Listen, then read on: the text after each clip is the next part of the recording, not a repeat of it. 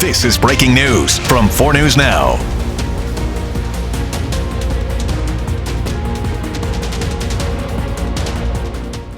Good afternoon for 4 News Now. I'm Rob King, continuing our FIREWATCH coverage as we have been all day and yesterday evening.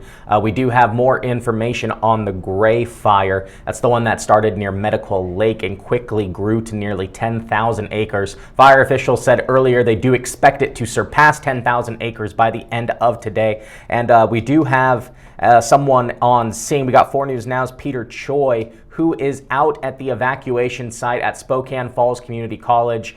Peter, what's the latest from there? Yeah, I'm at the Spokane Falls Community College right now, and you guys probably wondering why I'm wearing a mask right now. Is because the air quality is so bad, and the shelter is actually handing out some of the masks they have and water bottles as well. So here's what I'm seeing here. We have multiple vehicles, of course, RVs, and I talked to one of the evacuees here today, and what a devastating weekend. With the day and night, they got here about 11 p.m. last night when they got the message on the phone, and they had to just pack everything and just start leaving. They had dogs, cats, kids.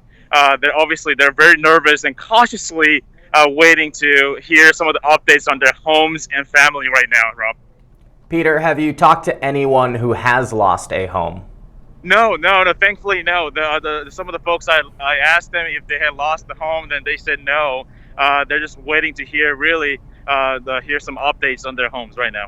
Got it. Now, we do know 185 structures were involved. Unfortunately, what we don't know is the split of that. How many of those are homes, how many of those are shacks or someone's woodshed. Structures is kind of a vague general term that firefighters use.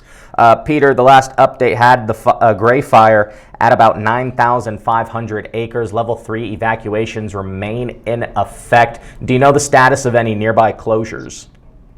The closures, I'm not quite sure. I haven't checked with them yet, but of course, our news team is on the scene right now, so I'm sure they give you better the details. I'm sure Jordan Smith, I think he's in the Medical Lake right now talking to some people, so I think that's a better question for Jordan. But at this moment here at shelter, people are very nervous, obviously overwhelming, and I think, of course, it's very devastating. But the thing is about here is that they're very hopeful. You know, they're just walking by and saying, hey, stay safe, be positive, and that's what I'm feeling right now. And these people are heroes. Yeah, I guess part of the fear for them has got to be that there's just so much unknown right now. They don't know when they can return to their homes and if there is a home to return to. So I guess it's seeing that positivity is a good sign. Peter, have you seen just people reaching out to want to help each other? Has there been a lot of that communal value?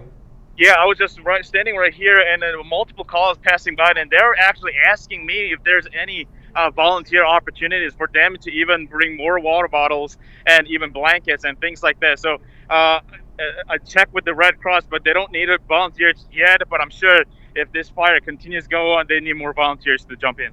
Absolutely, and it's moved so quickly. You know, yesterday when the fire first broke out, the original evacuation site was Medical Lake High School. That was quickly moved to Cheney Lake High School, and now the evacuation site moved all the way to Spokane Falls Community College, just to give you an idea of how quickly this has moved just within the last 12 hours. Peter, we will continue to check in with you throughout the day, as well as all of our reporters. Thanks for hopping on with me. Of course. Stay safe. And like I said, we will continue to check in with our reporters. We do have Bronte also at the Gray Fire. We have Marissa Rio. She's at the Elk Fire. We'll try to check in with her in just a couple of minutes. We tried to check in with Marissa earlier, but she was unreachable due to the just kind of remoteness of that fire. And we will be checking in with all of our reporters in the field throughout the day. We also are going to be live on ABC in about an hour from now with the latest information that we have. But for now, live in studio, I'm Rob King for 4 News Now.